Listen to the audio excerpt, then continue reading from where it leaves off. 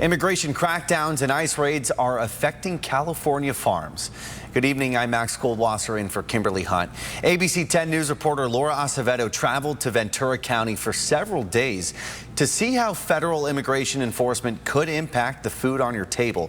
Tonight, we kick off our series, Harvest Interrupted, the Cost of Enforcement. Laura shows us the state of the region after the June 10th ICE raids on local farms that even caught the attention of President Trump. Since early June, a lot of the farm workers here in Ventura County are simply not showing up for work. The advocate I spoke with says they are living in terror. It's been about a month since the peace and quiet in this coastal agricultural community was destroyed. Unfortunately, on June 10th, a lot of that fear came true when we had ICE raids. As the federal government increased its immigration enforcement across the country, farms and their workers in Ventura County became the target. Video captured on the morning of June 10th shows federal agents chasing workers down the rows of a field in Oxnard.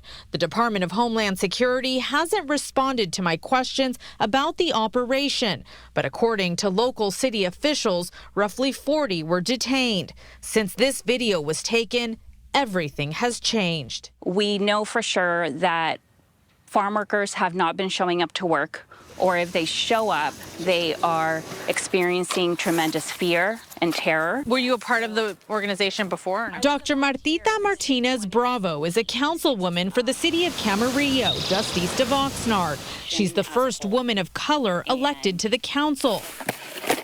She's also the executive director of Friends of Field Workers, a nonprofit that supports and advocates for farm worker families in the region. Ventura County employs over 42,000 farm workers that help to contribute to over a $2 billion agricultural industry. Martinez Bravo says a sense of terror has taken over the fields.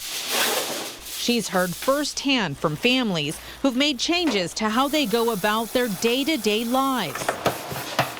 Children of field workers kept home from school. Children were unable to say goodbye to their teachers, to their classmates. Many did not go to graduations or to promotions. Families going without crucial, necessary medical care. We have a farm worker family with a baby who had a high fever, and they were so terrified to go into the clinic or to seek medical care. We had heard of another family whose child had a fracture, and even with that, they were just so terrified to go in and to receive medical care.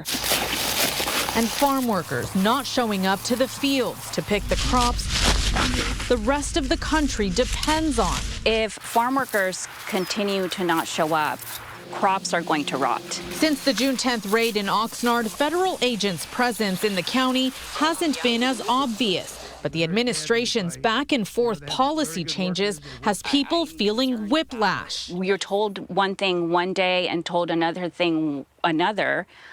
You know, it's like being the child of an abusive parent in an abusive relationship. And I feel that, in a sense, we are under an abusive administration.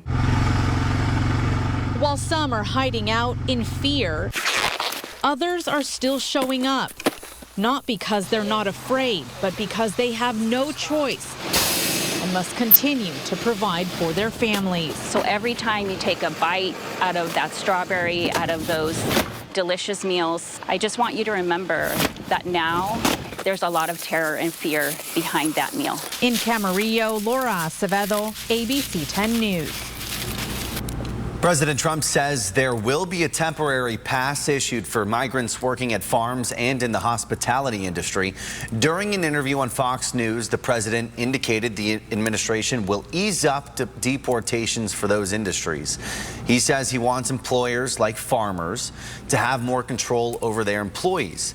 Now, the White House has gone back and forth on this issue in recent months, but it comes as the administration also aims to ramp up deportations in general. As for the border, apprehensions and got-away figures have dropped significantly since the president took office.